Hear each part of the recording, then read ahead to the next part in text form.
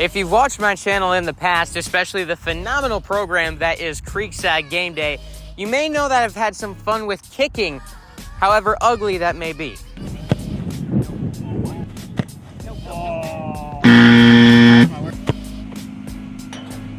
Though kicking may not be my biggest strong suit, I'd still like to learn a little bit more about it and maybe extend my range a little bit.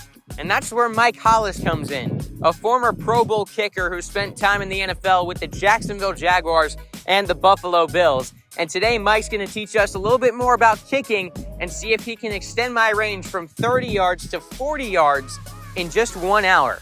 I'm out here with all-pro kicker, 8 years in the NFL with the Jacksonville Jaguars and the Buffalo Bills, Mr. Mike Hollis. Thanks for coming out here, and we're going to learn a little bit about kicking today. I think you know a thing or two about that, it's safe to say. Yeah, definitely. I'll show you some things you probably never even thought of before. Well, I'm looking forward to it. First things first, for beginners like me, for people watching the video who might not be too familiar with kicking, what are some of the most important things that go into making a kick? Well, there's a lot, but the biggest thing is kind of once you get the physical part down, which what I'm referring to is like the mechanics of it. If you become it, I say if because a lot of kickers don't want to, they just want to athletically steer the ball. If you're able to find a form and a technique that becomes mechanical, then the mental side of that is just trusting the mechanics. The physical part, the mechanical part is what I'm going to teach is a little bit different than most kickers would do. But you see how big I am, right? Yeah. I like the fact that I was a smaller guy with, kind of average athletic abilities, but yet to play at that level as long as I did and all the super cool things I did. But it's because the mechanics did it for me. It wasn't because of I'm big, strong, and freakishly athletic, because I'm clearly not. So I love the mechanical part of it because it does make it, it makes people understand that there's always a right way of doing any skill in life. After our initial conversation, we moved into the actual kicking portion of things. Mike started us off by teaching me some of the basics of making a kick. So we're set up about 25 yards away to start. Mike, what you got for me? Well, since I haven't seen you kick yet before, I'm going to tell you things that kids typically will do. The problem with soccer-style kicking, in my opinion, is the fact that you do your 3 steps back, we'll say, right, when you line up, and then I'm pretty sure that you understand 2 steps over. Yep. And we're right-footed, so we're stepping to the left, right? So as we stand here, we're left of the football, and as we're left of the football, we look up at the target, and that target is left of us. So your brain automatically goes into this, I got to do something left, which most soccer-style kickers do. Well, I don't do that.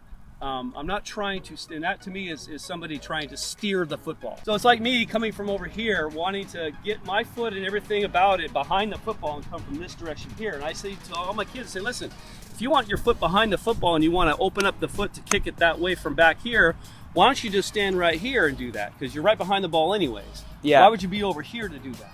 You're making it harder on yourself. So, but anyways, either answer is not good in my opinion. I wouldn't want to kick a ball from here, or I wouldn't want to be over here doing a lot of this, okay? So I'm going to be doing more forwardness.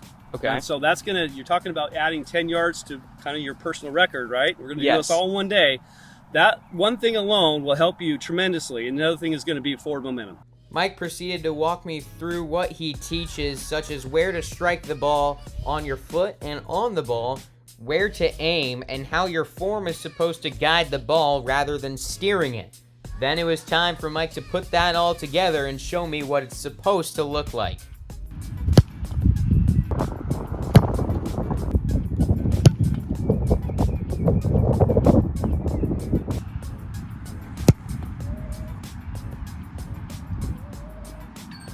With the goal of a 40-yard field goal in mind, I stepped up at 25 yards to get started, and I started off with a bang.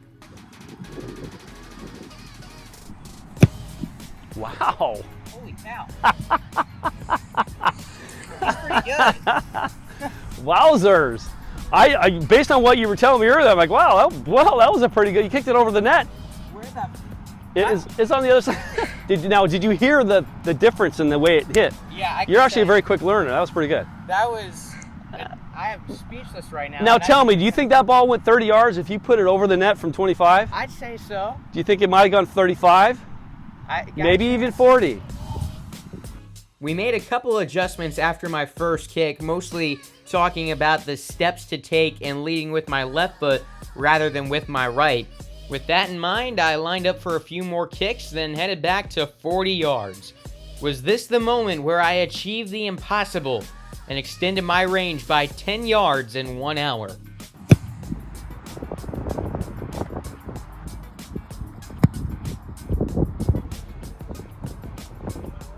I had no excuses to use. I was learning from an NFL kicker.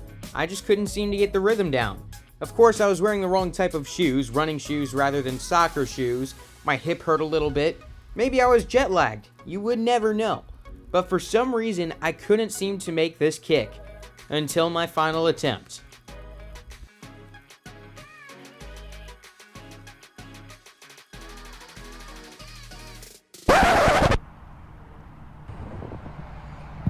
That was the closest one so far.